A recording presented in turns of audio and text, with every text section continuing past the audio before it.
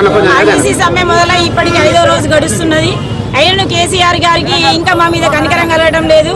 మా మహిళలు అంటే ఆర్టీసీ మహిళా సోదరులు కాదా కేసీఆర్ గారికి? మరి ధనిక రాష్ట్రం అని అంటున్నారు. మమ్మల్ని ఇంత హీనంగా చూస్తున్నారు.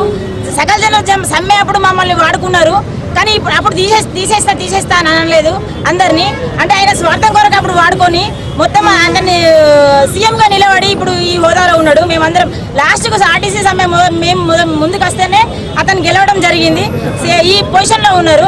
కానీ ఇప్పుడు మాకు కనీసం పండగ జీతాలు కూడా ఆపేసారు. మా పిల్లలు మేము చాలా కష్టాల్లో ఉన్నాము. ఇప్పటికీ పండగ దసరా సద్దులు ఏది లేదు. మా కుటుంబాలు ఇప్పటికైనా కూడా మీరు కనికరం కలిగి మమ్మల్ని ఆదుకోకుంటే మాత్రం ఈ సమ్మె ఇంకెక్కడికైనా పోరాడతాము. మా కుటుంబాల కానుండి మీ రోడ్ల మీద పడి మీ బస్సులన్నీ ఆపి దగ్ధం చేయడానికైనా సిద్ధంగా ఉన్నాము.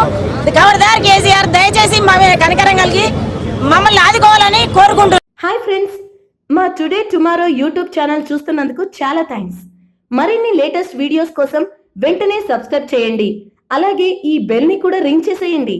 మా నోటిఫికేషన్స్ అన్ని మీ మొబైల్లో వస్తాయి.